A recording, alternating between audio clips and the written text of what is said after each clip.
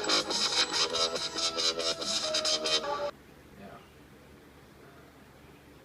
I mean, oh, it's Mr. Hornby 83 with a Mr. Hornby 83 theory. This time it's a retro theory about, yes, the X-Men Legend games.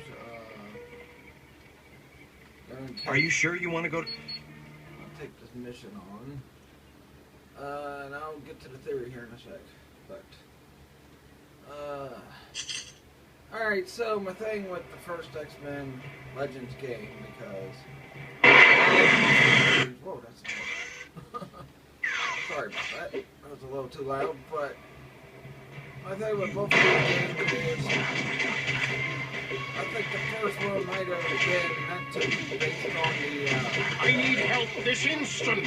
Ultimate X-Men game.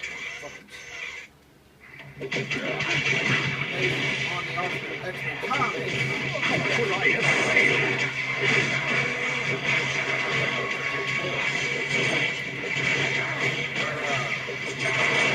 But they probably knew where the next X-Men game was going is the Apocalypse game. And Apocalypse Let's keep moving. Not been in the Ultimate X-Men game. Hold on, maybe Get over here, I'm out. If that idea was shot, maybe they do, I don't know, maybe X-Men or Days of Future Past, which that didn't turn out too well because Carry on they without really me. screwed up the format they set up for Ultimate X-Men game. And then, yes, I just lost, but it's been a while since I played this game, and these games are freaking extremely hard. But,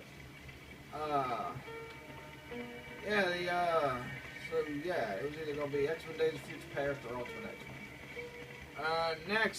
The next game, if you played both these games, you know at the end of the first Are you sure one, you want? you see Apocalypse talking about the age of Apocalypse is nigh. So maybe this one I'm playing right now was meant to be Age of Apocalypse, but System shutdown has commenced. this is basically in the Ultimate world, even though Apocalypse maybe once or twice. They decided to scrap that idea. But if you look at a lot, I can't do that because I lack the power. what Apocalypse was doing at the time. Perhaps you don't know who I am. If you look at a lot of characters from the Age of Apocalypse, which now, since Apocalypse is out, we'll eventually get an X-Men Age of Apocalypse. But right now, Mutant DNA has been detected. yeah, I'm getting ready to shut this off and talk about some theories I have for the movies of 2 and 3. Yeah, the first one was good, but I think everything went as planned. You're not doing so well. The first, the third one. Especially with the third one had to change the director, Brian Singer, who did the project. But, give me a minute, shut this off, and talk about this stuff. Sorry if I didn't for these games, or I didn't explain things too well. So. Alright, I'm back. Now, before I get to the theories, the reason why I think either Ultimate X-Men or X-Men Legends 1 was based on the Ultimate, or it was going to be Days of Future Past, is because the whole focus is on the Sentinels throughout the whole game. So, yeah, you got Magneto and the Brotherhood, and they're causing trouble, and then you got William Kincaid.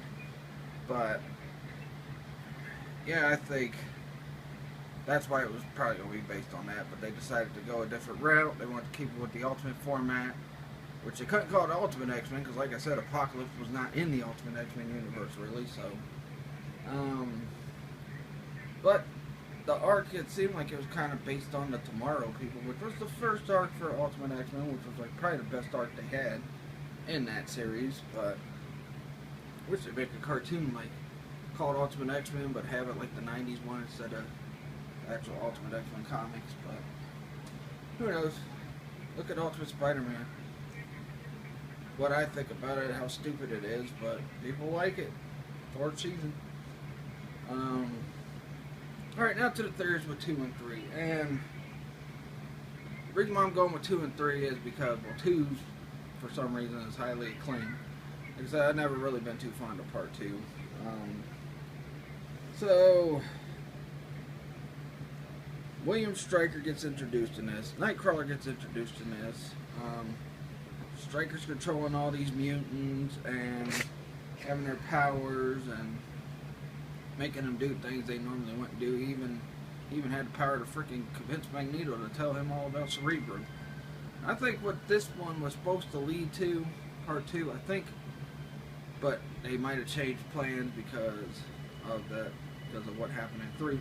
But I think part 2 was going to lead to possibly the Sentinels being introduced into the movies, but they didn't do it then.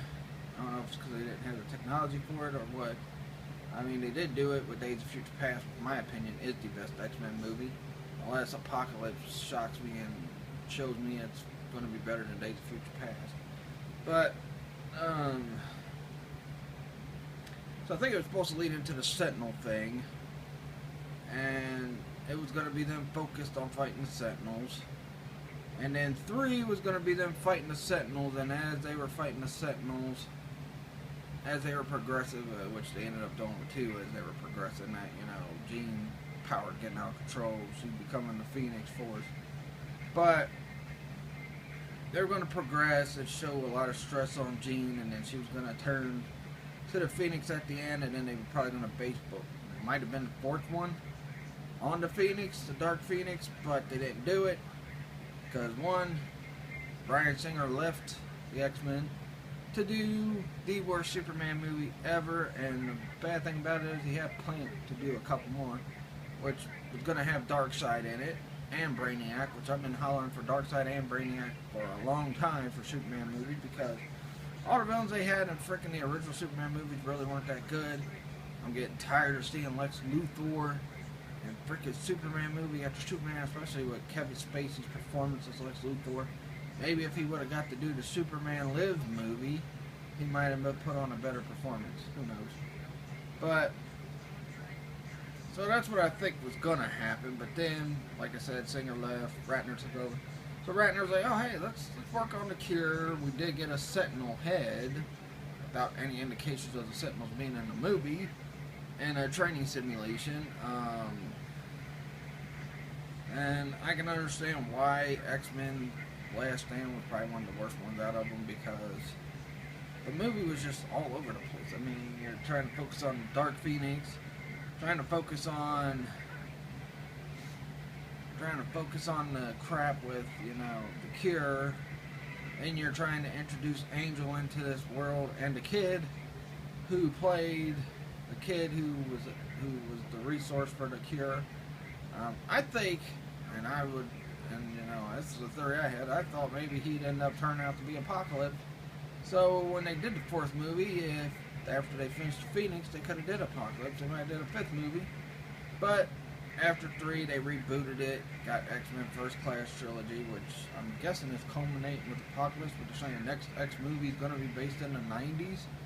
And from what I hear about the end credit scene, might be setting up for another awesome villain. Which I also want to talk about something with X-Men Legends back to 2.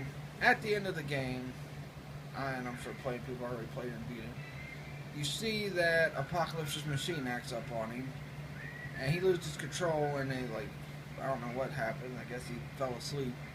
But then, after all the X-Men leave, you see at the end, Sinister standing up there on the pyramid, laughing, so I'm guessing they were playing X-Men 3 with Sinister as villain, which that would have made me happy, because you know, I've said numerous times when I've talked about X-Men Apocalypse, when I've talked about any other X-Men movie or anything to do with X-Men, I wanted to see Mr. Sinister. My favorite villain. I love, and mainly because he kind of had that Dracula vibe. He kind of looked like Dracula. He was all dark and, you know, awesome looking, which I didn't like him in Wolverine the X-Men because of how stupid he looked. I didn't care they had Clancy Brown playing him, but I just didn't like how stupid he looked, and I'm like, oh god. But, you know, and that would have been awesome. Eventually, we did get a game with Sinister as the main villain. It was called Deadpool, which I haven't got yet, which I'll probably eventually will, just to fight Sinister at the end. Because Sinister is an awesome villain. He's like the best X-Men villain. You know, next to Apocalypse, probably the best X-Men villain. Yeah, I like Magneto. He's a relatable villain, but we've seen him in like 5 movies now. Technically 6 if you count the Wolverine, because he did come at the end of the end credit, but that was at the end credit scene. Also, well, I'll do that tomorrow. Next up, I'm going to talk about the X-Men anime that came out in the next video. That'll do it for my theories and predictions for the X-Men Legend games and the X-Men 2 and 3 movies and what might have possibly happened had Singer not left and had X-Men Last Stand been a good movie. So till the next video, I don't know if I'll do it tomorrow or I'll do it Thursday. I'm gonna do it though. So please like this video, leave a comment, subscribe for more, follow me on my Facebook fan page, Mr. Hornsby 83 Topics. Follow me on Twitter at Mr. Hornsby 83, and until the next video, we'll talk about the X-Men anime. Peace out.